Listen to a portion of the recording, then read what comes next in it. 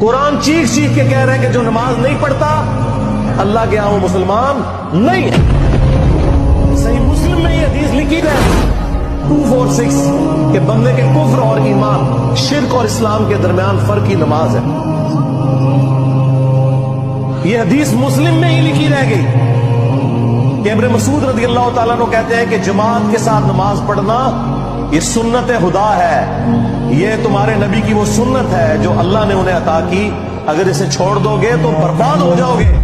رسول اللہ کے زمانے میں اگر کوئی بیمار بھی ہوتا اور 2 بندوں کے سہارے مسجد میں آ کے نماز پڑھ سکتا تو اس کی کوشش ہوتی کہ میں مسجد میں جماعت سے نماز پڑھوں، کہیں مجھے منافق نہ شمار کر لیا جائے۔ جماعت چھوڑنے پر رسول اللہ کے زمانے میں سمجھا جاتا تھا صلی اللہ علیہ وسلم کہ بندہ منافق ہے۔ صحابہ کرام کو، اہل بیت کو کب معلوم تھا کہ ایسی امت بھی آنے والی ہے جو آپ سے بڑا عشق رسول ہونے کا دعویٰ کرے گی اور نماز ایک نہیں پڑھے گی۔